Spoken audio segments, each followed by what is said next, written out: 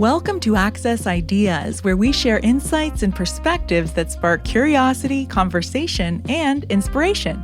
I'm Yana, and today we're spicing up the e-commerce conversation with Diana Birsan, co-founder of Downpay. Picture this, snagging that dreamy custom couch or hot new tech solution without paying all up front. That's where Downpay comes in, turning your shopping dreams into reality with payment plans that don't break the bank. Diana's journey from her Shopify days to launching Downpay is nothing short of inspiring. She saw a gap in how online shops engage with their customers, especially in the custom goods market, and turned that insight into an e-commerce revolution. Downpay not only eases the financial pinch, but also boosts online sales by up to 30%, proving that a little flexibility goes a long way. And why else will you want to hear this? Because Diana's story is a blend of tech-savvy, entrepreneurial spirit, and a dash of making the impossible possible. We'll dive into how Downpay is reshaping e-commerce one payment at a time, and how it's creating happier customers and more confident sellers. From her days at Shopify to redefining the e-commerce landscape, Diana's story unfolds with enlightening takeaways, genuine laughter, and the excitement that comes from seeing someone redefine the norms. Whether you're into tech, run your own business, or just love hearing how ideas come to life, you won't want to miss this. Let's jump in and discover how Downpay is crafting the future of shopping online. And now I bring you Diana.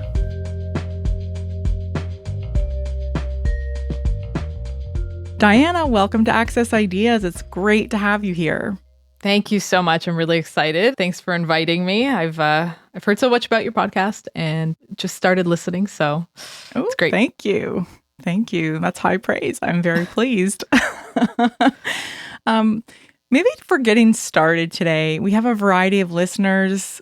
I'm sure some of them are like me and they shop online for everything. E-commerce is second nature. And then there's other people who don't want to use it at all.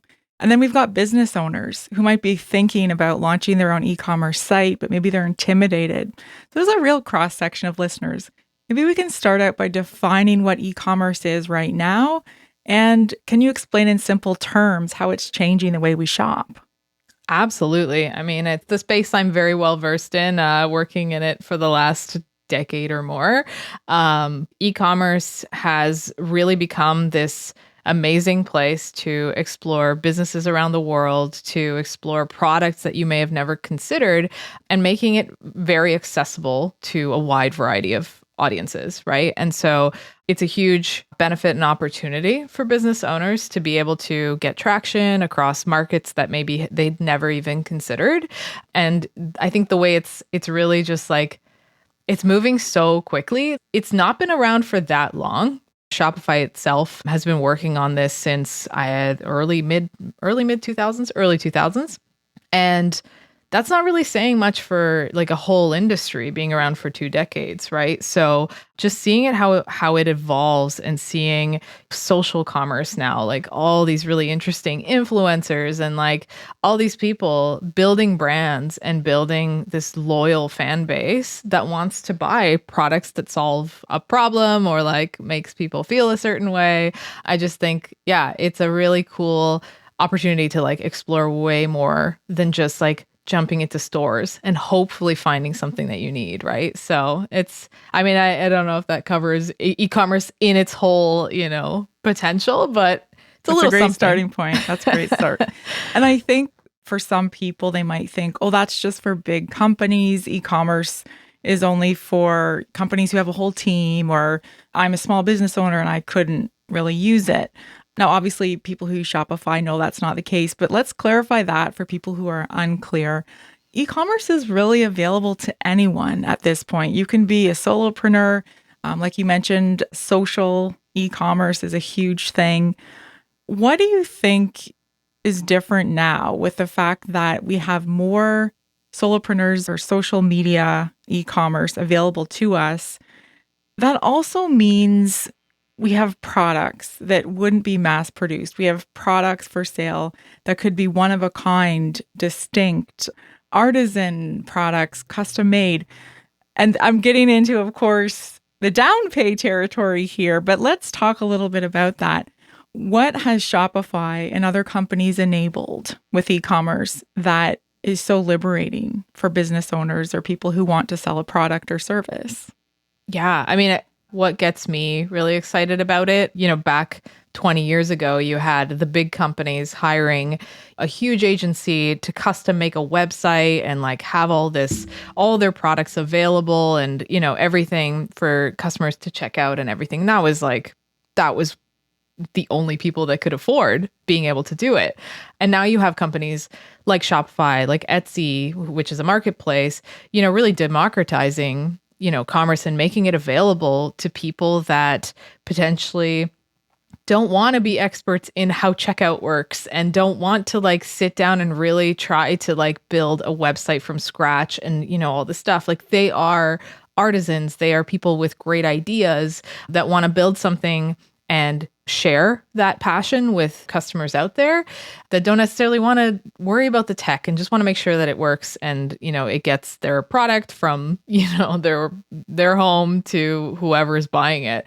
And so I think like that it's just like the barrier to entry has just become so much less. And by doing that, you have people with just like any idea out there able to share it with the world. Like the social commerce thing is, building a following. I follow a lot of makers on Instagram and everything, and I marvel at the artistry that there is out there. And now instead of saying, these people are sharing just images of their work, they're able to share the experience of owning one of the products that they've built and get their name out there and not have to worry about, $100,000 investment into building a website, processing payments, shipping out products. Like it's just become so easy that anybody can start, really. And that's a great breaking off point for who is your potential customer. You founded Downpay after immense experience at Shopify, so you really understand the e-commerce space quite well. Who is your ultimate customer end user, the people who would want to use Downpay? Is there quite a variety, or are you targeting a more specific market? Yeah. So, I mean, we're really early on our journey and, we're not kicking anyone out of bed because we see that our product does solve problems for a variety of different industries. So there's tons of people launching pre-orders. So, I have the latest game or I have the latest, my book or something, and I want to gauge demand. I want to see like how many are actually going to need to be produced, right? And so you have, our app able to take a deposit or defer payment altogether until the product is shipped, which is amazing because now you're making it way more affordable for people to show you that they're interested, but also gaining more, like securing that actual order because people have to, put their money, like put their credit card down at least to say, I'm interested, let me know when it's out, charge my card later, that kind of thing. So you have that whole pre-order space, which like I expected, like I was like, these are the people, these are my people. But the emerging kind of industry and like the group of people that we actually target more and see they get the most value out of it is these personalized, custom made to order kind of, businesses. And so think about furniture stores that sell, a couch in 40 different colors with different fabrics and all that stuff. And it's so easy to make that work in a physical space, right? You're talking to somebody, you're picking your stuff, and they just place the order for you. It's super custom. And it's now become so much easier to do that online, to say, here's a photo of the 4 different colors, here's this, here's that. The build time is, 6 to 8 weeks. Just leave us a 30% deposit and we'll process your order. Nobody wants to wait 6 to 8 weeks and pay up front because, it's really expensive as the world is becoming more expensive. So that's like the really interesting. I didn't think that there was so many businesses out there doing personalizations, customizations, and it's really starting to take off with like how many more engaged customers they get when they're able to say, we actually only need this much to get into production. The rest will charge you when we ship, which is it's a no-brainer once you really think about it. Yes, yes. And you're solving a problem that a lot of creators and artisans have, which is how do I sell my creations, my merchandise in a way that I am paid fairly? I maybe don't have a warehouse or a place to pay for storage. And at the same time, you've also mentioned, Diana, the challenge of just gauging interest. A product that might only have a prototype or one version, and Downpay enables potential customers to indicate their interest. Can you tell us a little bit more how that works? So if I'm somebody who has created a product or wants to create a product and I advertise that and potential customers indicate their interest, how would that work for Downpay? How does Downpay play a role? Yeah, absolutely. So, I mean, I just got off a call with a potential customer just now about, running a pre-sale on a new product. And it's really as simple as that. Like you're, doing all the efforts that you can to market yourself out, to like build a brand, to get people excited. And, a lot of them focus on social media to really gather that audience, just make sure. And as people get excited, you start releasing information like, hey, we're just about to launch this, pre-sale campaign. We want to, we will go into production if we sell this many units, get yours today kind of thing. And a lot of them actually do $0 deposits. So they say, listen, you still have to put a credit card down, but we're only going to charge you if we go into production. And this is just really showing us that you're really interested, that you want to support us, so on and so forth. And I think it's we see a lot of companies doing the whole waitlist thing. And I don't know if you've bumped into it, but I have, and I have very little trust in it. I've put myself on so many waitlists where I'm tell me when the product's back, and I never hear back. And I'm just well, that's not so useful. Yeah. Years later, right? Yeah. Years later, I'm oh, good, it's back. At that point, I've given up on it, or you found an alternative. Exactly. Yeah. So I think and yeah, not to say that in every situation you can take a transaction and say, we're going to get it to you eventually. But for the ones where there's huge demand and you're just waiting the month or two to produce the next batch, wouldn't you rather just actually say, just check out and we'll send it to you and charge you when you get it? And you're okay, that's locked in. They're going to process the sale as soon as it's back, versus tell me that it's back in stock and have me go back to checkout and hopefully get it again, right? This is taking a deposit is a real wait list where your priority matters because you've actually said, I'm engaged, I completed my order. Now it's nobody can bump me from that, that space. So yeah, that's kind of the customers would just go through, check out as normal, and then we would store their card on file for the merchant to be able to process when they need to. And I assume there's some built-in lag time. So if that person's card expires in a certain amount of time, then they might be having to provide a different card up front to ensure that the merchant is paid with an active credit card by the time payment comes out.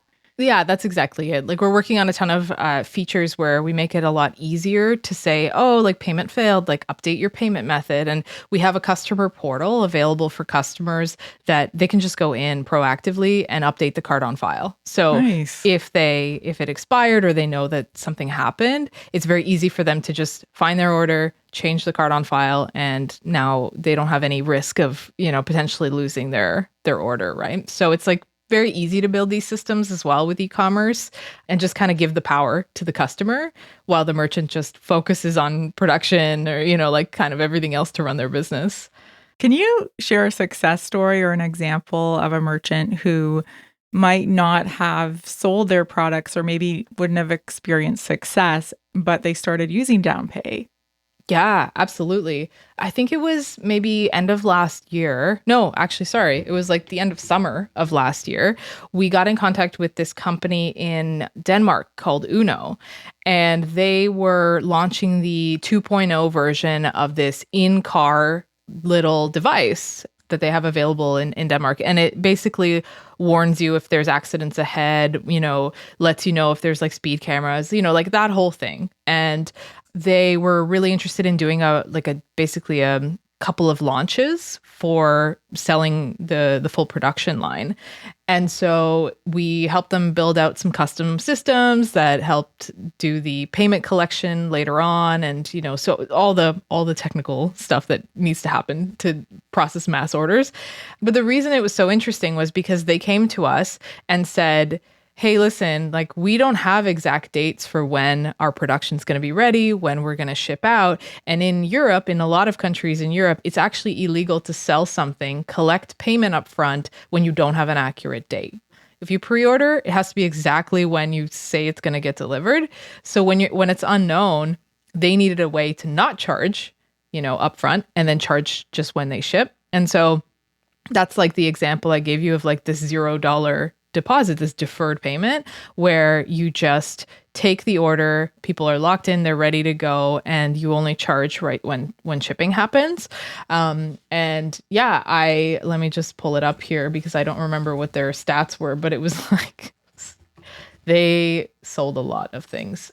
So they did 3 drops, but in their first one, they sold 50,000 units in 23 hours. Whoa. So it was... And this is just in Denmark, or was it in Europe in general? Oh, well, I think it might have been in all of Europe, but it's a Denmark, like a company based in Denmark. So it was, I think, 2 million units sold worldwide in 23 hours. And all of them had deferred payments, which was really cool. And then they did another 2 drops after that. And that was like the run that they did. It was very successful. And it was like, we were a young company, and they were just so flexible with like, okay, yeah, let's make this work.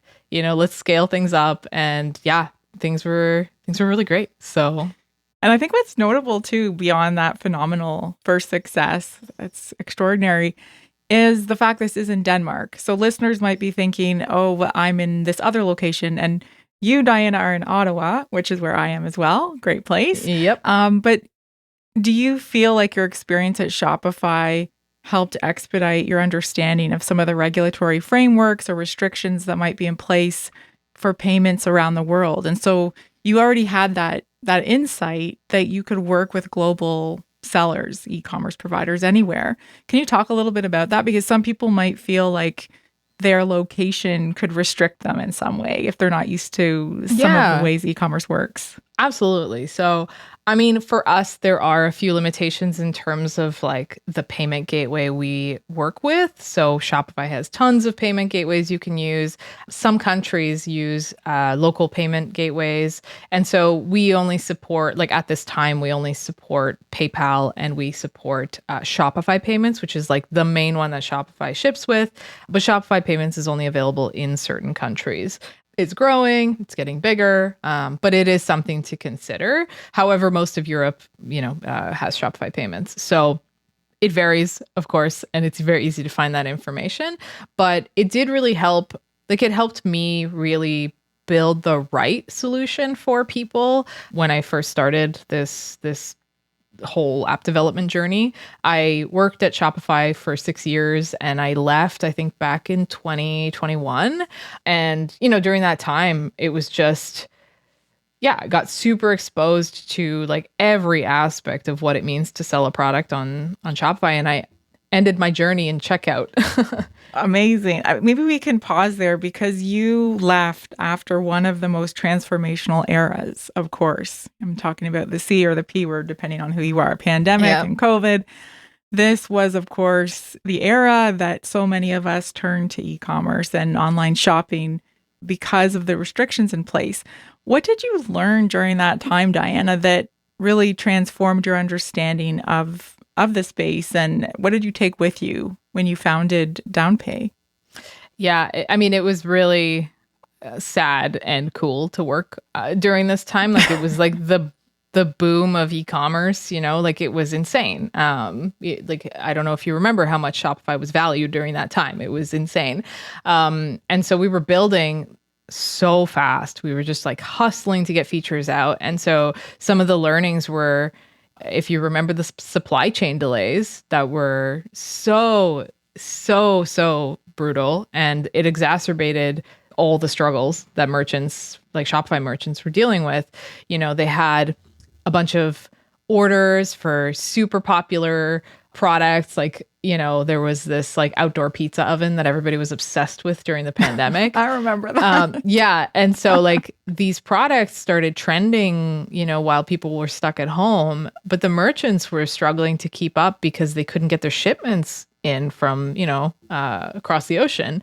And so then they had canceled orders because they're taking payment up front. And they're like, is there no way to just do partial payments? Is there no way?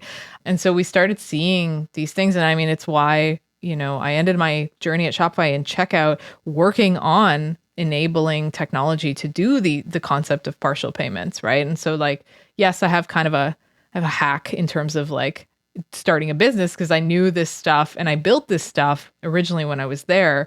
But, 2 years later, when I actually started building Downpay, those problems were still there. Like the supply chain never really fixed itself. It never really was resolved. Recovered. And it didn't recover. And I think what happened also was you had a lot more businesses who are really interested in doing just-in-time production versus I'm going to manufacture 30,000 of these things and hope they sell. And so learned a lot from, especially in fashion and apparel, learned a lot from businesses in Europe as well that were, hoping to just not cut fabric and make sizes, right? I mean, that was such an interesting time for fashion specifically because all these people like me who previously would have worn corporate wardrobes to the office suddenly had pajamas and sweatpants and yoga pants as our main wardrobe. And so we were spending so much less on clothing in general, and the clothing we did buy was a lot more comfort oriented. It was sort of the sweatpants era. Exactly. I mean, I'm in sweatpants right now. I'm not gonna lie. Yeah, exactly. Same. So the fashion industry in particular, I can see where this would have been especially relevant because you've got all of a sudden an industry that has been oriented around mass production and shipping these enormous quantities to a sudden standstill and people just not even wanting the product anymore. Talk a little bit more about that, sort of how your perception and how you've seen production and supply chain impact payments and maybe vice versa too. Yeah, absolutely.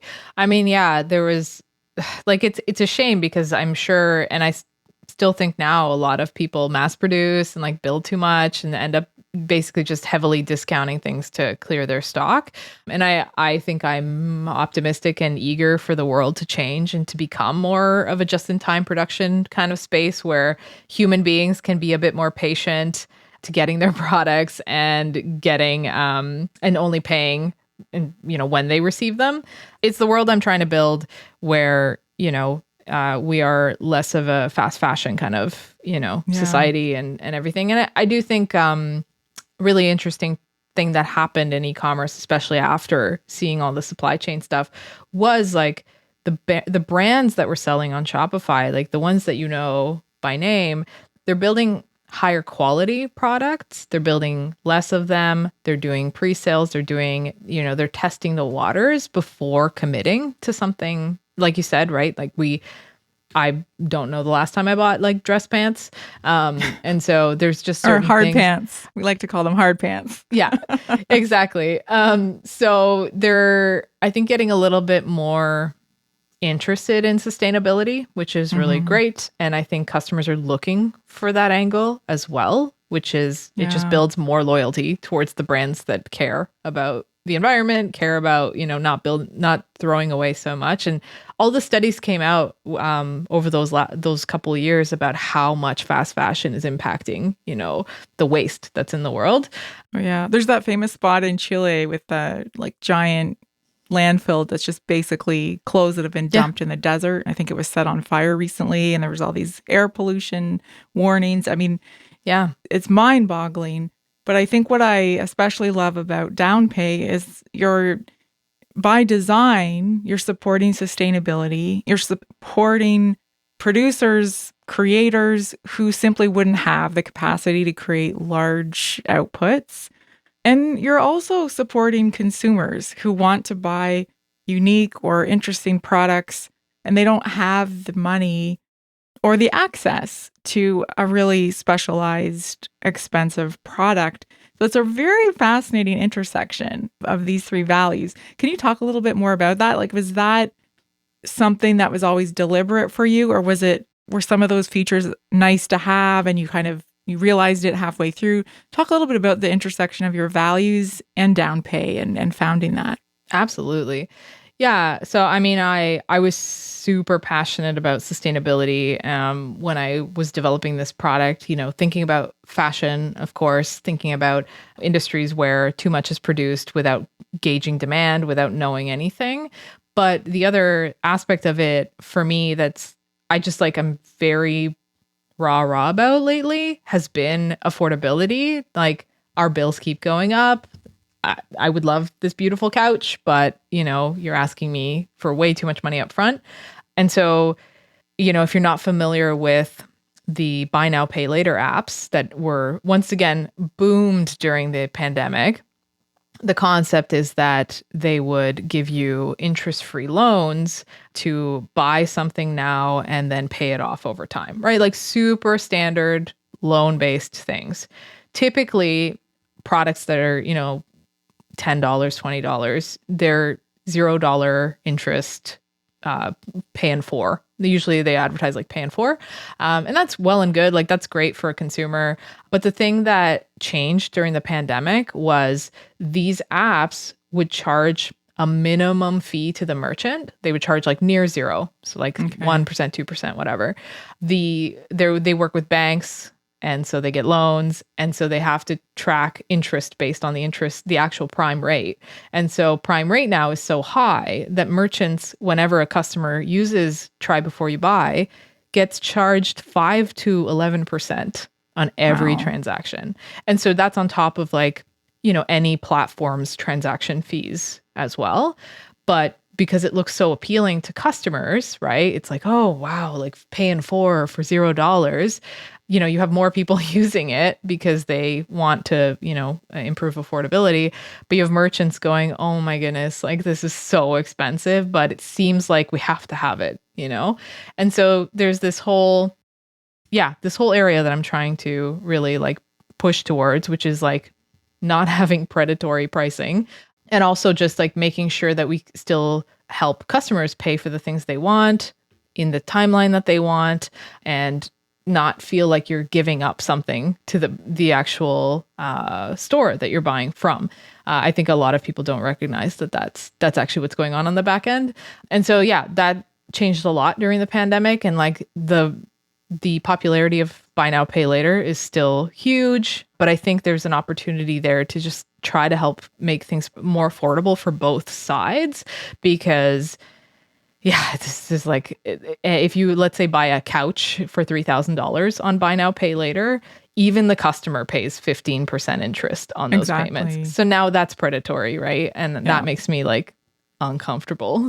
I would never sign up for it if I didn't have to, right? But some people might if they really need something. So just trying to build a better balance there. And I think that's a huge part of my value. I don't want people to overstretch themselves. I know some people have to, but if there's anything I can build towards a path that helps with affordability and helps with sustainability, I'm there. I will do everything I can because it makes me get up and build a great company, Well, maybe we can talk a little bit about your experience with Shopify, your experience in the tech world, how you navigated the challenges and opportunities that you saw.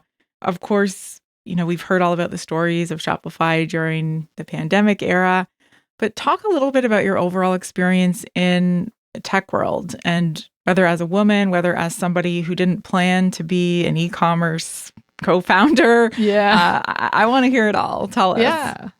Yeah, absolutely. I mean, I didn't start in tech. In high school, I wanted to be an illustrator, and I was obsessed with art.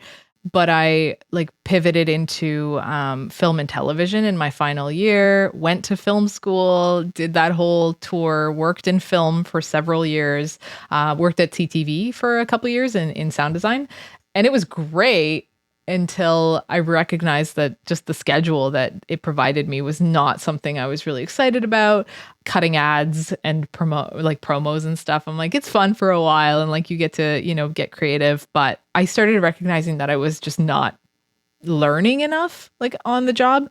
And so that's kind of when I pivoted into tech careers.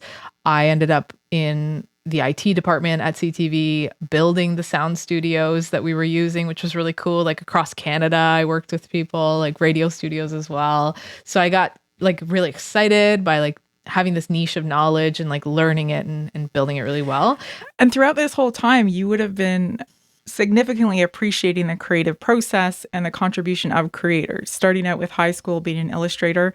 Now, I myself started out in fashion design. I went to school for fashion design. Oh, nice. So I really relate to the illustration piece and I love that. But I think this is significant because this is where it will come back when you're founding Downpay and you're understanding the point of view, the perspectives of the creator, the people who are creating the products, the services.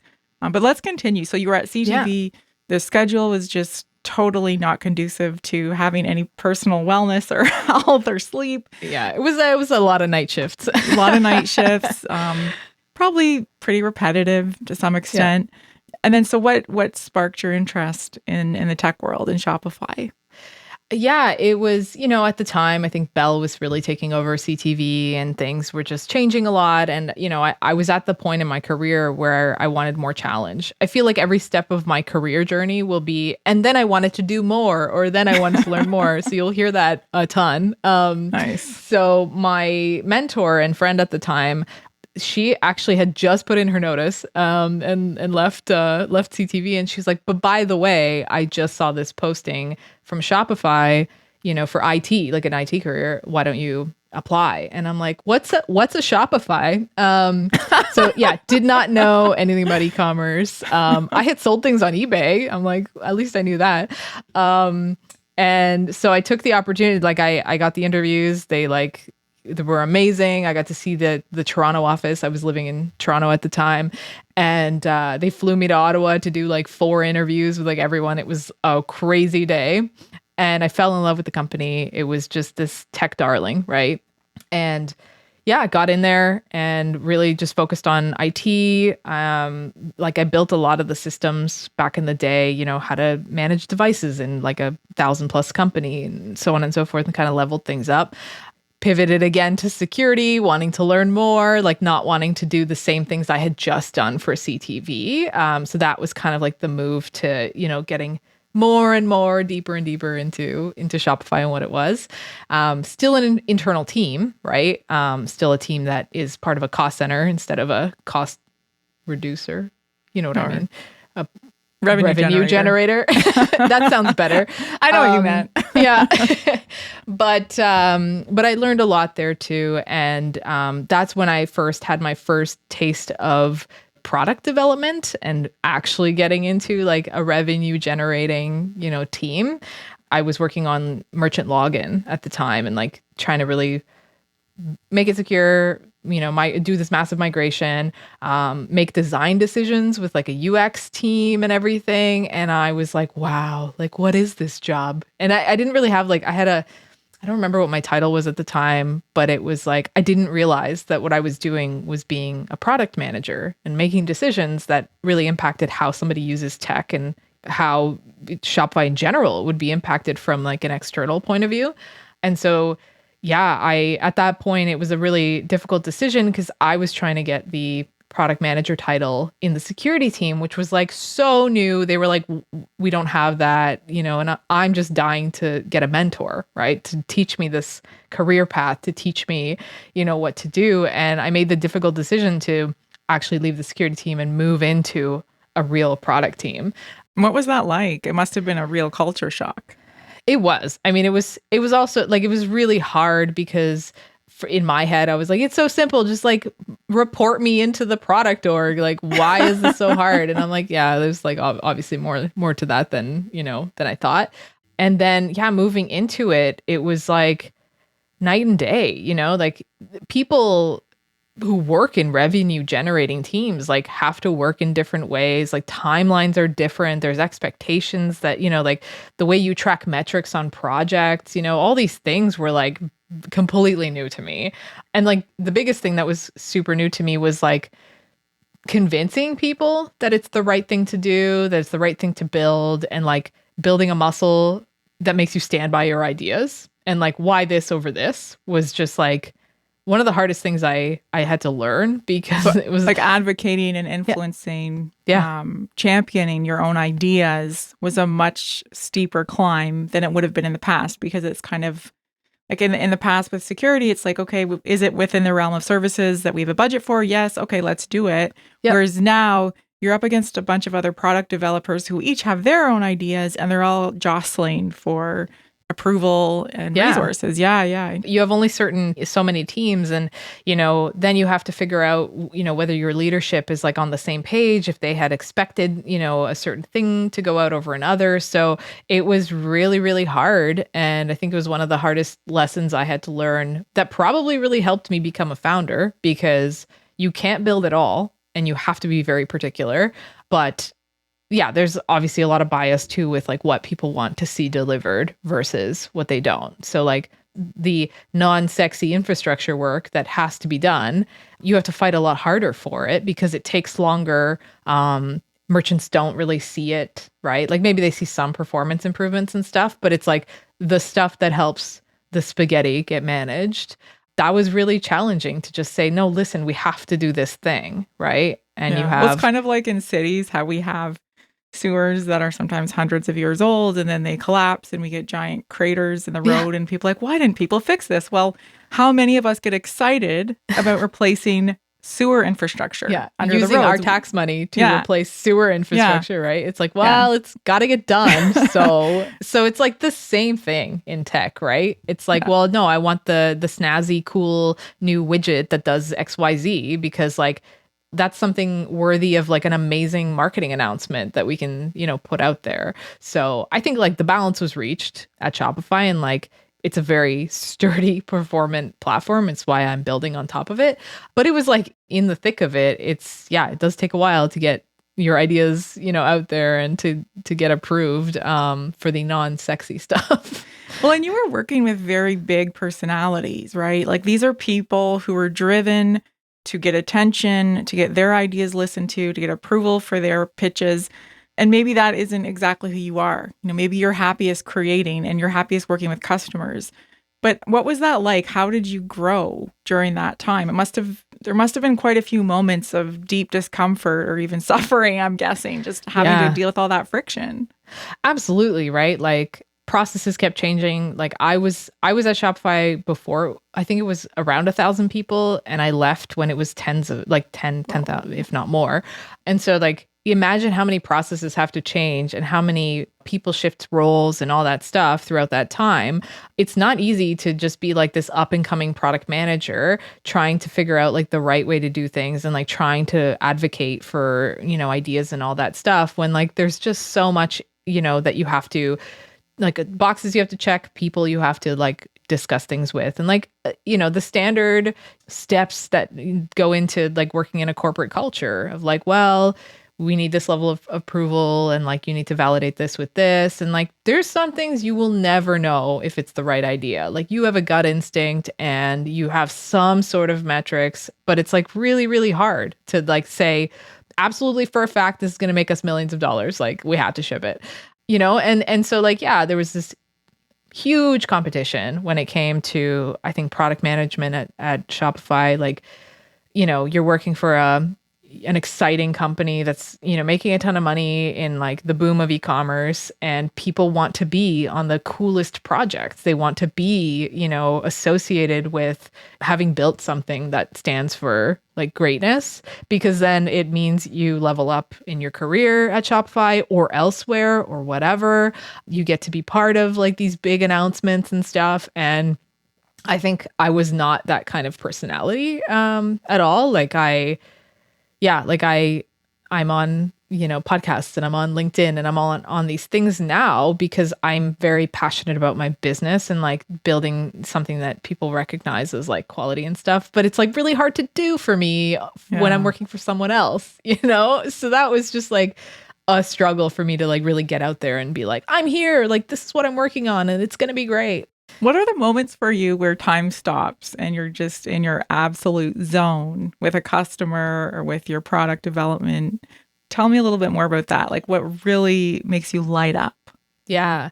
I love like lately, and I like don't know why this happened, but I guess it's just like, you're in the space for so long, people start to recognize that you are, an expert at that space. And so I get into customer calls lately with like the most interesting people. Like I just talked to a chef the other day who's thinking of launching a product and he's like, how would you do it? Or like, what's the way? And I'm designing workflows. I'm designing, what I think the way the end-to-end workflow would be with Shopify, with our app, with other apps, like just building them the system and saying, hey, like, I think this is how I would run it and like how you're going to see success. And I'm just like in the zone, building this thing out and like just being part of that journey and seeing a product launch or like, them get up and running. It's just like, I can't get enough of it, And so like, I'm like probably mostly on, helping support customers and stuff for like 60-70% of my day. Well, I saw your post on LinkedIn the other day where you were saying, as your company expands, you've been told you don't have to be on customer support, but it's actually one of those areas that lights you up, that it totally engages you. Yeah. I just like, I love it. Like this is the stuff I didn't get a lot of when I was working for someone else because like, yes, you're building products for customers, but it's like hard to get a hold of customers, like they don't really come to you once they're using your app. And then the first people they talk to are usually salespeople or some sort of, or customer support at a big org. So I never got to like really talk to them. We had some really good research sessions once in a while, but this is like, you get exposed to every single person who installs your app and has a question and whatever. And then I had this person come to us, I think beginning of this week, who was just like, I just want you to know that I just installed your app and like I've been looking for this for 4 weeks now and I tried all these apps that had like thousands of reviews and they didn't do what I wanted. So just share this review with people. And I'm like, can you write this in our app store like listing? Cause like it was just like, it made my day, or people who, mentioned me by name saying she helped me and whatever. And I'm just like, I never think that's a waste of time, right? I'm always like super engaged. And it just like showed me a lot about the kind of thing I need in my career to be happy and to like keep showing up every day versus, the playing the politics, right? Of like, who needs to hear about this and like how many meetings do we have to have about this and so on and so forth, right? Like that stuff gets old. That stuff does not engage me. For sure. But what role would you say fear of failure has played? I mean, early in our careers, typically many of us are terrified to fail and we avoid it and sometimes we lose out on opportunities. Now you're a co-founder of Downpay, you're doing phenomenal work. What would you say to people about the value of failure and trying new things? Yeah, I mean, I can't lie and say, oh my goodness, everyone, I have like the confidence of like, whatever, whoever. I still struggle with confidence and with like belief in what I'm like anything that I'm doing, that I'm going to do it well and that it's going to be successful. I think I have had fear of failure through every point in my career pivots. And it's, you gotta get through it. You have to try something. If you don't feel comfortable where you are, if you're unhappy, if you're unengaged, the fear of failure is the thing that's going to hold you back from at least attempting some different path. And so like for me, I come from, a family of not risk takers, and I quit my corporate job last April to take on my company full time. And I also bought a house a month earlier. And my dad was like, what? And he was like, he's the most risk averse person I know, I think, where he's just like, he's always been worried about like making sure that everything's going to go. And I'm doing this crazy thing, which is probably the craziest thing I've ever done in my life.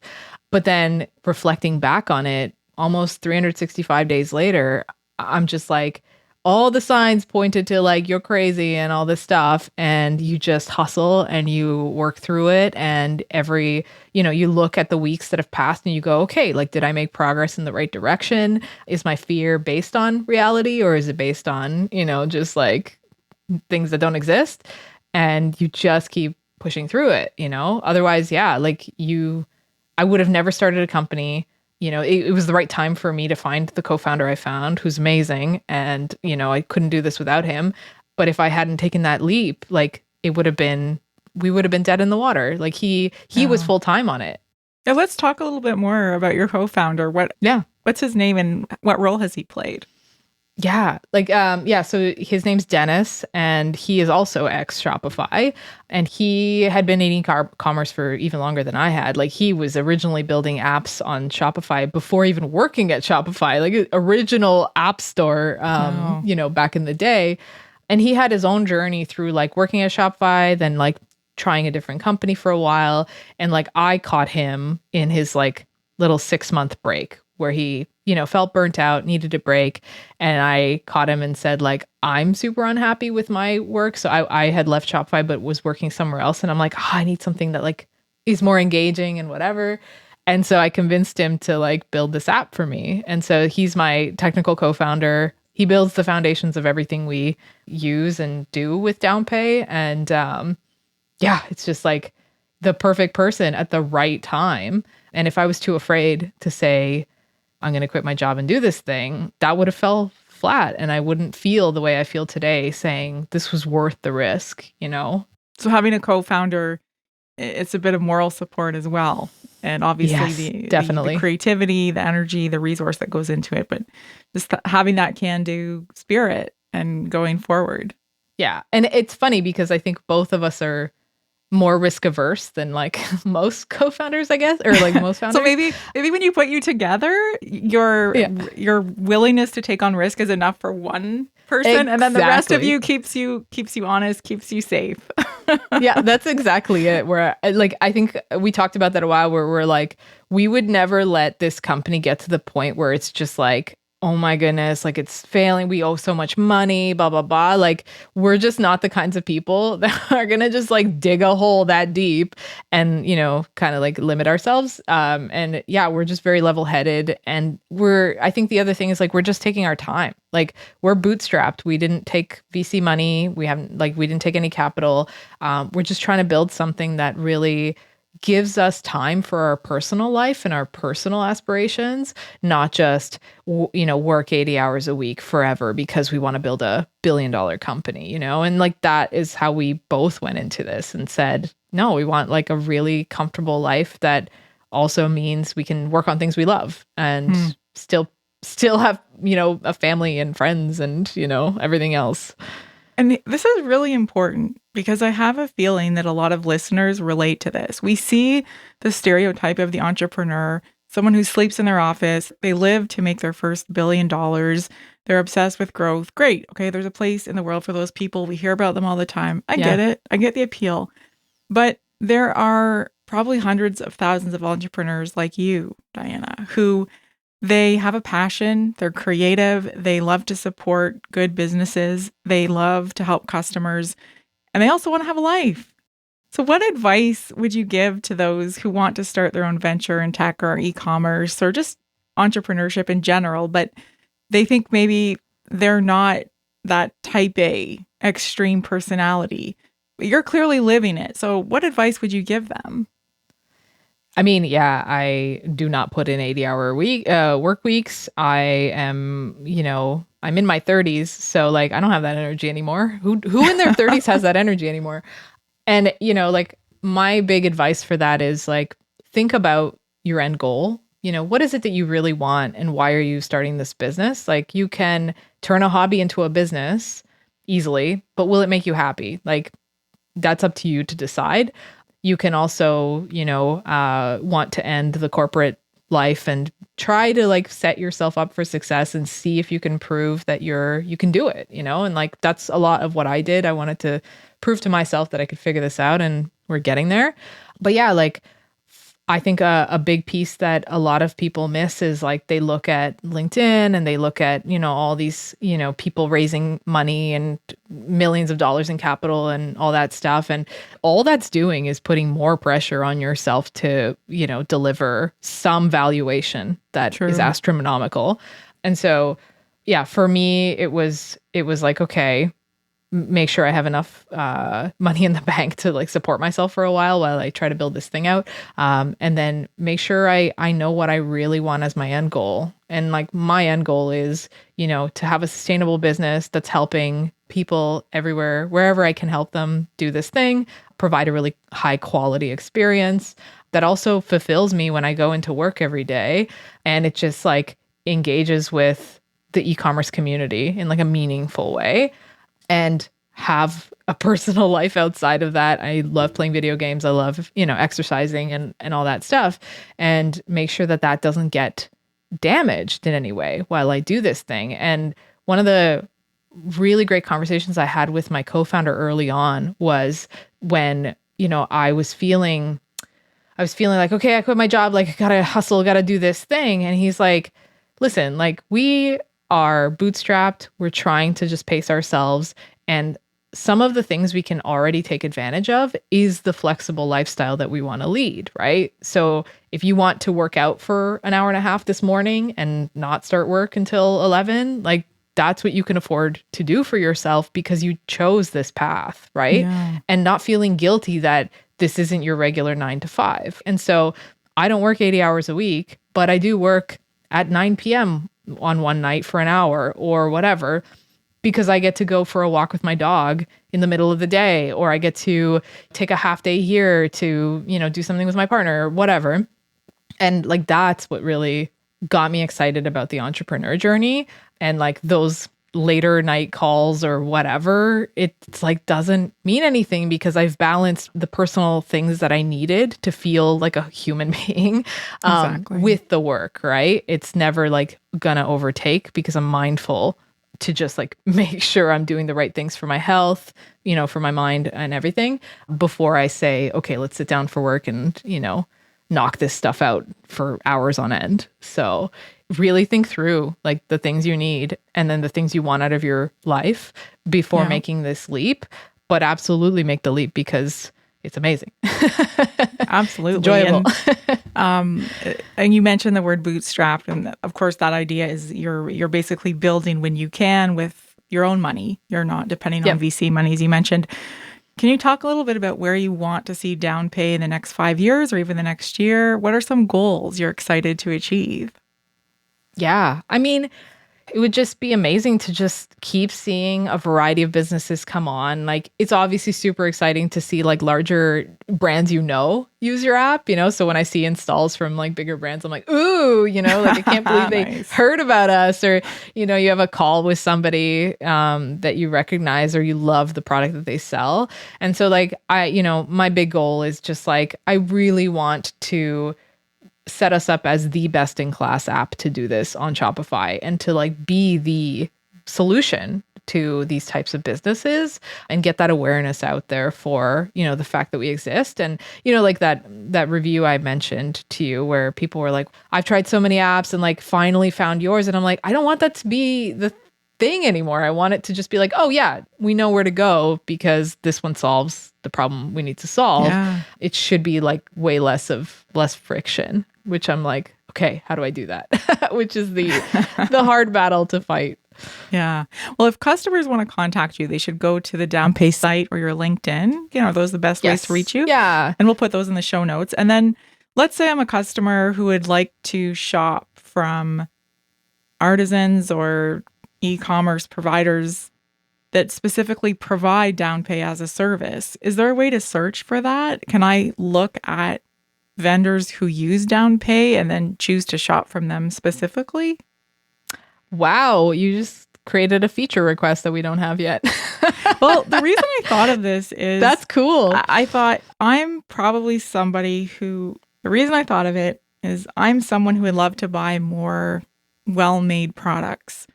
And most of the time I just assume that I'll buy a stopgap. I'll buy the cheaper version that maybe I don't love, but it's all I can afford or it's what I have access to. If I had a list of online shops that used your service, I could actually pick out really important pieces of furniture or artisan objects or beautifully designed products that I want and I don't mind waiting for because it's worth it. And as a customer, Right. just having that option and the searchability would be huge for me. That's great feedback. No, I mean, it's something we definitely want to pursue. It's so true. Like if there's just so much noise out there, and that's, I guess, the downside of democratizing commerce. Everybody sells, duplicates of the same thing. That's really good feedback to hear, like it's true, working with customers who do custom personalized things, like they tend to be like very mindfully built and, you pay for what you get, which is quality and which is like care into those products. So yeah, definitely going to take that one away. Well, here's another idea too. There's so much coming out in terms of AI enhanced creation. So I'm thinking specifically, having the fashion design background, there's better and more accessible fashion designs that are custom made more and more now. And that's becoming within reach to the average person in terms of price point, accessibility. But I bet you that would be a great candidate for Downpay because I'm someone who would love to buy custom made fashion designs for myself with little alterations or things that I personally love. And knowing where to go for that, I could say, okay, I'm going to make this down payment and then I'm going to have this beautiful piece in 6 months even, or 4 months, Right. whatever it may be. But I don't mind because it's something I can only buy there and I can't buy it anywhere else. That's an immediate thing. And with AI, of course, changes to pattern making and production are becoming much more accessible to the average person. So I see a natural fit for Downpay there too, is just more shops, more online sellers, artisans wanting that option because they would provide maybe custom-made tailored garments is a great example. We see it a lot too with wedding dresses and bridesmaid dresses. Like we have several customers who custom make these gorgeous gowns, and like they have to be made a specific way for a specific person. And so, yeah, like that's the thing, right? Like who wouldn't want something very personalized? And I think that that's also something that I think is very impactful for selling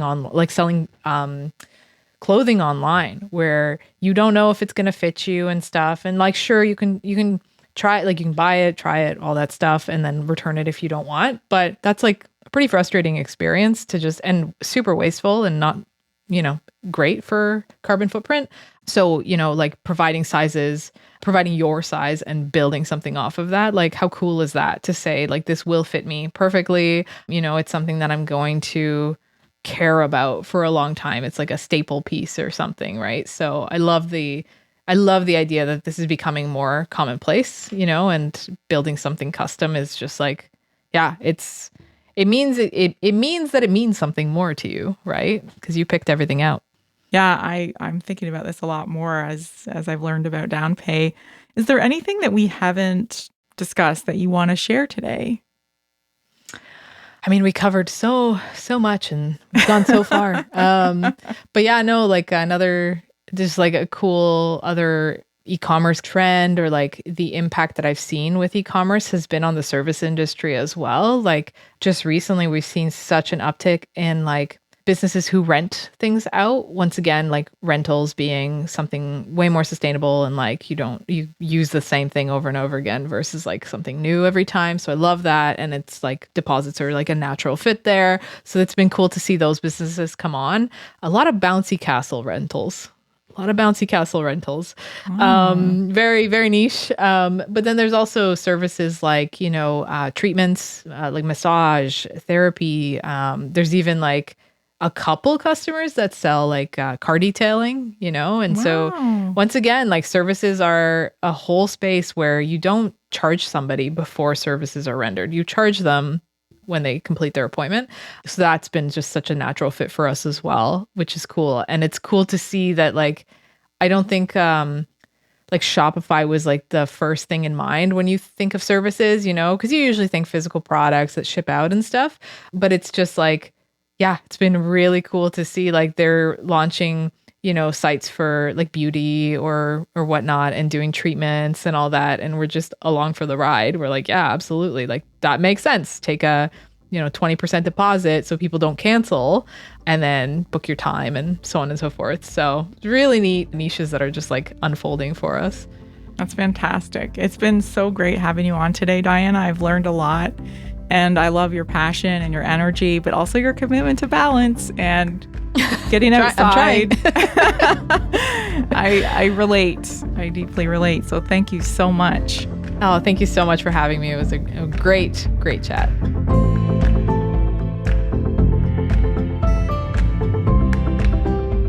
If you love Access Ideas, we'd love for you to subscribe, rate, and review us on Podchaser via the link in our show notes, or wherever you happen to listen to podcasts.